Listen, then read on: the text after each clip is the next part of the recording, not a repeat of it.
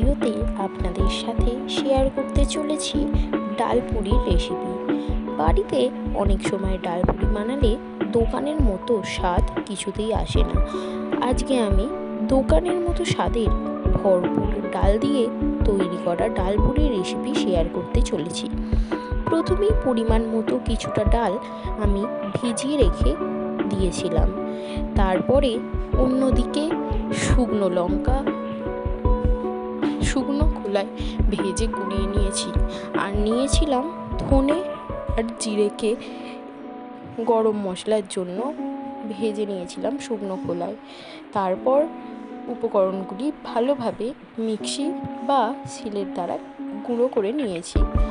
আর অন্যদিকে ডাল ভালোভাবে ভিজে যাওয়ার পরে ডালটা একটা সাদা কাপড়ের মধ্যে করে বেঁধে প্রেসার কুকারে কয়েকটা সিটি মেরে নামিয়ে নিয়েছি। তারপরে ডালটা একটা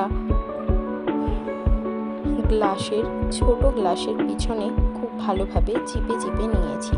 আর তারপরে কড়ার মধ্যে কিছুটা সর্ষের তেল দিয়ে ডাল বাটাটা দিয়ে তার মধ্যে ভাজা মশলা আর গুঁড়িয়ে রাখা শুকনো লঙ্কা দিয়ে খুব ভালোভাবে নেড়ে চেড়ে আর নুন দিয়ে নামিয়ে রেখে দিয়েছি পুর করার জন্য। আর অন্যদিকে আমি কিছুটা ময়দা কালো জিরে দিয়ে মেখে নিয়ে কচুরির জন্য লেচি কেটে নিয়েছি। তারপরে এক একটা খোল বানিয়ে বেশ ভালো মতো পুর দিয়ে বেলে ভেজে নিয়েছি। বেলতে হবে কিন্তু খুব হালকা হাতে।